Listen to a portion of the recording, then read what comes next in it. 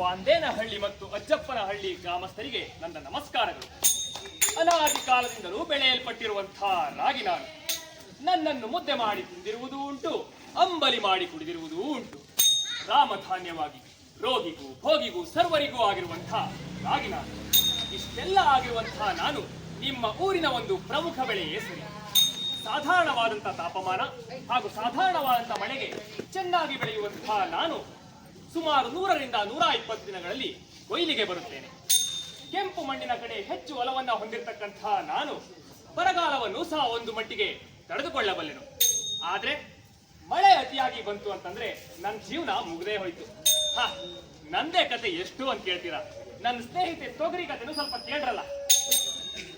ಸರಿ ರಾಗಿ ಅಣ್ಣ, ನನ್ನನ್ನ ಬೆಳಿಬೇಕಂದ್ರೆ ನಿಮ್ಮೆಲ್ರಿಗೂ ತಿಳಿದಿರೋ ಹಾಗೆ ಸ್ವಲ್ಪ ಜಾಸ್ತಿ ದಿನಾನೇ ಬೇಕು, ಜೊತೆಗೆ ಜಾಸ್ತಿ ತಾಪಮಾನ ಸಹ ಬೇಕು. ಆದ್ರೆ ನಂದು ಅದೇ ಸಮಸ್ಯೆ. ಸ್ವಲ್ಪ ಜಾಸ್ತಿ ಮಳೆ ಆಯ್ತಂದ್ರೆ ನನ್ನ ಉಸಿರು ಕಟ್ಟೆ ಬಿಡುತ್ತೆ. ಇಲ್ಲಿ ಬಿಡು ರಾಗಿ ಅಣ್ಣ, ಈ ನಮ್ ಕತೆ ಎಷ್ಟು ಅಂತ ಹೇಳೋದು. ನಿನ್ ಉಪಯೋಗಗಳೇನಂತ ನಮ್ ಜನರಿಗೆ ತಿಳಿಸ್ಕೊಡ್ತೀಯಾ? ನನ್ನ ಉಪಯೋಗ ಒಂದೋ ಎರಡೋ. ಮಧುಮೇಹದ ಅಪಾಯವನ್ನು ಕಡಿಮೆಗೊಳಿಸುವಂತಹ ಶಕ್ತಿ, ಇನ್ಸುಲಿನ್ ಪ್ರಮಾಣವನ್ನು ನಿಯಂತ್ರಿಸುವಂತಹ ಶಕ್ತಿ, ಚರ್ಮ ಜೋತು ಬೀಳುವಿಕೆಯನ್ನು ಕಡಿಮೆಗೊಳಿಸುವಂತಹ ಶಕ್ತಿ, ನಿಮ್ಮ ದೇಹಕ್ಕೆ ಕ್ಯಾಲ್ಸಿಯಂ ಅನ್ನ ನೀಡಿ ನಿಮ್ಮ ಮೂಳೆಯನ್ನು ಬಲಗೊಳಿಸುವಂತಹ ಶಕ್ತಿ, ಇನ್ನು ನಿಮ್ಮ ಹೊಟ್ಟೆ ಹಸಿವನ್ನ ಕಡಿಮೆಗೊಳಿಸುವಂತಹ ಶಕ್ತಿ. ಅಯ್ಯೋ ತಗಳಪ್ಪ ರಾಗಿ ಅಣ್ಣ, ಇಷ್ಟೆಲ್ಲ ಬಿಲ್ಡಪ್ ತಗೊಂಡಲ್ಲ ನೀನು. ನನ್ ಬಗ್ಗೆ ತಿಳಿದಿದ್ಯಾ ನಿಂಗೆ? ನಾನು ಇದು ಒಬ್ಬಟ್ಟೆ ಆಗಲ್ಲ ಅಂತೀನಿ. ಒಗ್ಗಟ್ಟಿನಲ್ಲಿ ಬಲವಿದೆ, ಹಾಗೆ ಒಗ್ಗಟ್ಟಿನಲ್ಲಿ ಊಟವಿದೆ. ಯಾವುದೇ ಶುಭ ಕಾರ್ಯ ಕೂಡ ನಾನಿಲ್ದೆ ಆಗೋದೇ ಇಲ್ಲ.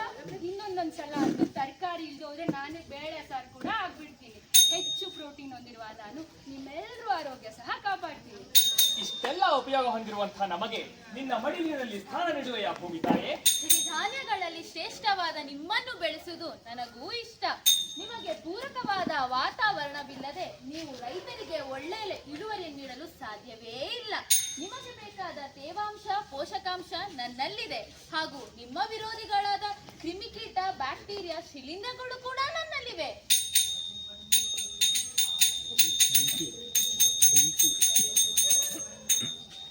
ಯಾರಂತ ಗೊತ್ತಾಯ್ತಾ? ಬೆಂಕಿ ರೋಗ. ನನಗೆ ಅತಿಯಾದ ಆರ್ದ್ರತೆ ಮತ್ತು ಈ ಬಿಡಿ ಬಿಡಿ ಮಳೆ ಅಂದ್ರೆ ತುಂಬಾ ಇಷ್ಟ.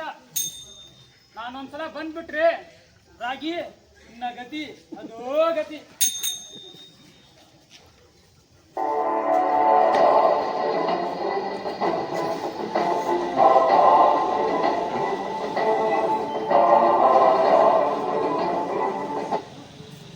ತೊಗರಿ, ನೀನು ಬಚಾವದೆ ಅನ್ಕೊಂಡ್ಯಾ?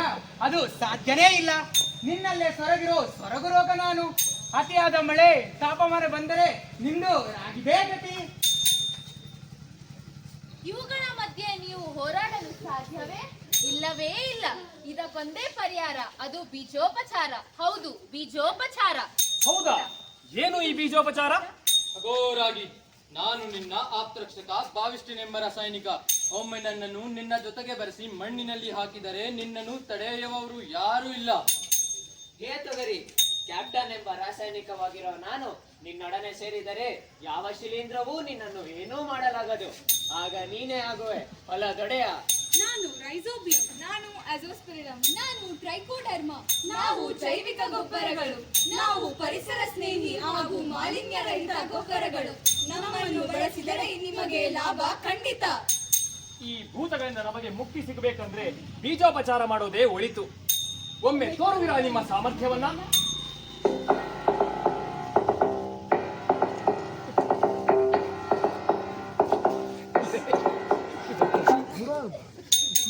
ತೊಗರಿ, ಇಷ್ಟು ಸುಲಭನ ಇದು?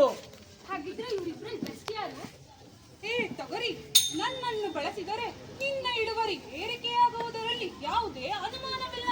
ನಿನ್ನೆ ಅಂತೀಯ, ಸಾರಜನಕದ ಕೊರತೆಯನ್ನು ನೀಗಿಸುವ ಶಕ್ತಿ ನನ್ನಲ್ಲಿದೆ. ಮುಂದಿನ ಬೆಳೆ ಬೆಳೆಯುವಾಗ ಕಡಿಮೆ ಸಾರಜನಕವನ್ನು ಹಾಕಿ ಉತ್ಪಾದನಾ ಖರ್ಚನ್ನು ಕಡಿತಗೊಳಿಸಿ ರೈತನಿಗೆ ಸಹಾಯಕನಾಗುತ್ತೇನೆ. ರಾಗಿ, ನನ್ನನ್ನು ನಿನ್ನ ಜೊತೆ ಮತ್ತು ನನ್ನ ಸ್ನೇಹಿತೆ ಟ್ರೈಕೋಡರ್ಮಣ ನಿನ್ನ ಸ್ನೇಹಿತೆ ತೊಗರಿಯೊಂದಿಗೆ ಬೆರೆಸಿ ಒಮ್ಮೆ ನೋಡು ನಮ್ಮ ಶಕ್ತಿಯನ್ನ. ಜೈವಿಕ ಗೊಬ್ಬರವೋ ಅತಿಯಾದ ಬೆಲೆ ದುಬ್ಬರವೋ, ಬಡ ರೈತರ ಪಾಲಿಗಂತೂ ನೀನು ಮೋಸದ ಅಬ್ಬರವೋ ಅಬ್ಬರ. ಬೆಲೆಯ ದುಬ್ಬರವೂ ಇಲ್ಲ, ಮೋಸದ ಅಬ್ಬರವೂ ಇಲ್ಲ. ಸುಸ್ಥಿರವಾದ ಭೂಮಿ ಮತ್ತು ಫಲವತ್ತಾದ ಮಣ್ಣಿಗೆ ನಾಂದಿ ನಾವು. ಸುಸ್ಥಿರದ ನಾಂದಿ ಅಂತೆ. ನಿಮ್ಮ ಈ ಮಂದಗತಿ ಆಟಕ್ಕೆ ಬಲಿಯಾಗೋರು ಇಲ್ಲಿ ಯಾರೂ ಇಲ್ಲ. ಕಡಿಮೆ ಸಮಯದಲ್ಲಿ ಹೆಚ್ಚಿನ ಇಳುವರಿ ಕೊಡುವುದಕ್ಕೆ ಅಸಮರ್ಥವಾಗಿರುವ ನೀವು ಜನರ ಒಳಿತಿನ ಬಗ್ಗೆ ಮಾತನಾಡುವುದರಲ್ಲಿ ಅರ್ಥವೇ ಇಲ್ಲ. ಏನಂತೀರಾ?